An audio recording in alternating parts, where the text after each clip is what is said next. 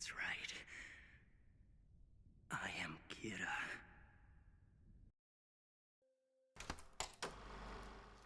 So, how did Light Yagami justify the Death Note?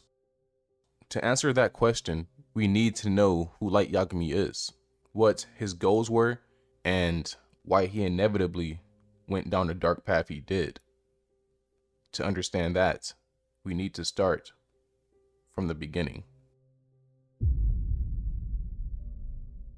So, before we continue on with this video, if you can all leave a like, make a small comment, and subscribe to the channel, I would greatly appreciate it. If you didn't know, it helps the channel out tremendously and lets this video be seen by more people who would also enjoy this type of content. Now, let's get back to the video. Now, for a small recap. Anyway, Light Yagami, the brilliant protagonist turned antagonist of Death Note. Listen, protagonist and antagonist are two completely different things. Light is a villain, and villains can also be protagonists. So let me rephrase that. Light Yagami, the brilliant protagonist of Death Note, stumbles upon the Death Note, a supernatural notebook capable of killing anyone whose name is written inside of it. His initial intentions were noble, to create a world free of criminals, but soon he begins to justify using the Death Note for more questionable reasons, and that's where the slippery slope comes into play.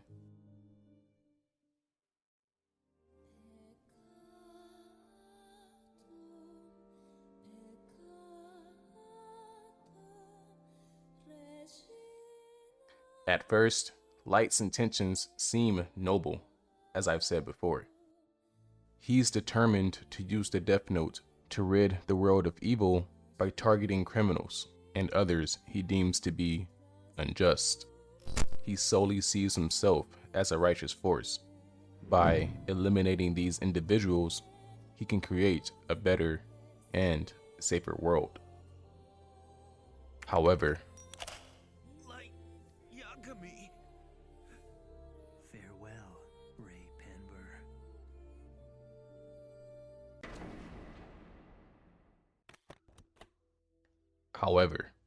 as time goes on, the power of the Death Note corrupts Light's mind. He falls victim to the slippery slope fallacy. The slippery slope fallacy, also known as the domino fallacy, is a logical fallacy that occurs when someone argues that a certain action or event will lead to a series of negative consequences, often without sufficient evidence to support the claim. The fallacy suggests that if one particular step is taken, it will inevitably lead to a chain of events, each one causing a progressively worse outcome. Now, the reasoning behind the slippery slope fallacy can be considered flawed, because it assumes that a single action will always set off a sequence of events without considering other factors or potential countermeasures. It tends to exaggerate the consequences and oversimplify complex situations, ignoring possible mitigating factors or alternative paths. And those paths, in a Death Note sense, can be chalked up to other routes taken in different forms of media, such as with Death Note's L changed the world. It's essential to recognize the slippery slope fallacy in arguments to avoid drawing unwarranted conclusions based on hypothetical and often improbable chains of events. A valid argument should be based on well-supported evidence and logical reasoning, rather than relying on fear-mongering or baseless predictions. And this is why I don't partake in anime debates. Anyway, back to the video. Light believes that taking small steps towards using the Death Note for personal gain won't lead to disastrous consequences. He becomes arrogant, convinced that he can control the power and make a positive impact on the world. But that's where the slippery slope becomes dangerous. Light's actions escalate. and he becomes more ruthless, targeting even innocent people who oppose him or might reveal his secret. I can still make it, but at this rate, this is my only option to kill Sayu. He abandons his initial noble intentions and becomes obsessed with maintaining his self-proclaimed status as God of the New World. Our suspect could very well be a student. Based on the fact that Kira's only killing criminals, I think it's safe to assume that he's driven by a very idealistic notion of justice.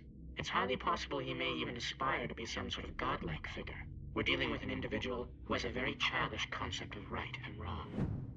Additionally, Light falls victim to the sunk cost fallacy.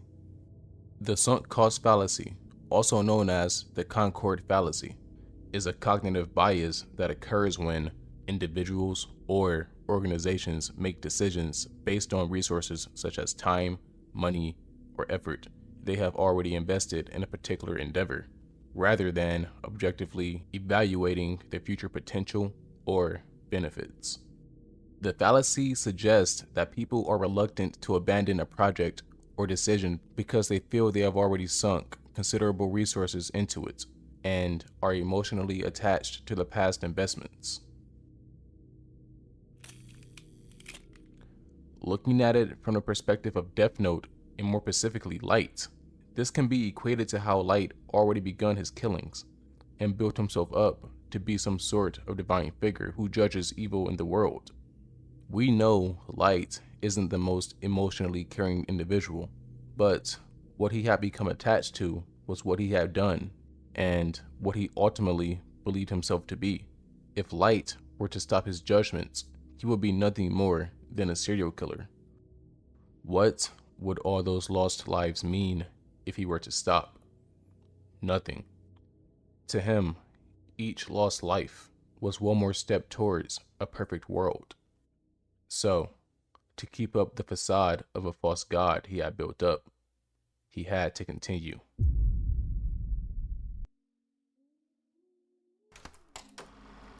In essence, individuals fall victim to the sunk cost fallacy when they continue investing in a failing venture or persist with a course of action that no longer makes sense, simply to avoid the feeling of loss associated with the previous investments.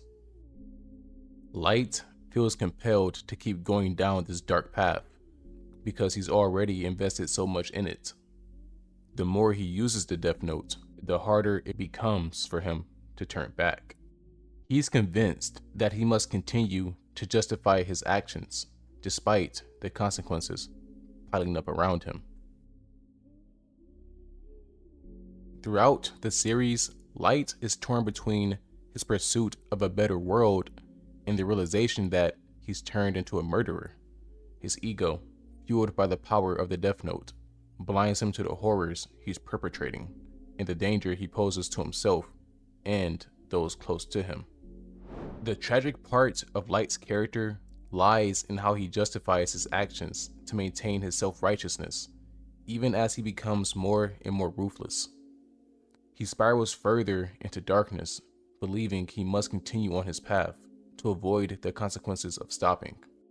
To end this off in the simplest of terms and to summarize the video, think back to the scene on the rooftop with L and Light. L asks Light, ever since the day he was born, has there ever been a time where he's actually told the truth? The moment of birth he's referring to is not Light, it's Kira.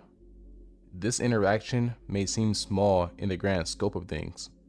People may simply believe he's referring to him being Kira, and just not admitting to it. But truthfully, in this moment, there is no game between L and Light. There is no chess match. There is only truth. And in truth, L is actually asking Light, can he truly be that disgusting of a person? Can Light truly be, just as Nier said, a crazy mass murderer? Of course, Light would never admit to being vile. He believes he's justice. But the only reason he believes so is because, as Light said at the end, who else could have done it and come this far? Would they have kept going? Showing you exactly how Light fell into the slippery slope fallacy and the sunk cost fallacy. As I said before, what this means is that if Light ever did stop, he would be admitting that he was nothing but a crazy mass murderer, that the lives he took meant nothing because it didn't lead anywhere, that he was nothing more than a crazy serial killer. In the end, the slippery slope and sunk cost fallacy trapped Light in a web of his own making, leading to a chilling conclusion that should serve as a cautionary tale about the corrupting nature of power and the dangers of justifying morally questionable actions. Remember, when power and righteousness become twisted, the consequences can be devastating. But this is how Light justified the Death Note. Thank you all for watching the video. It was actually fun to research about these fallacies and apply them to Light Yagami. Death Note is a very complex psychological thriller that I feel like everyone, even non-anime fans, should watch and will probably enjoy. It really does show you how dark human nature can be. Maybe I'll touch on L in the future, but as always, until next time, I'll see you later. Oh yeah, don't forget to like, comment, and subscribe. I'll be watching you.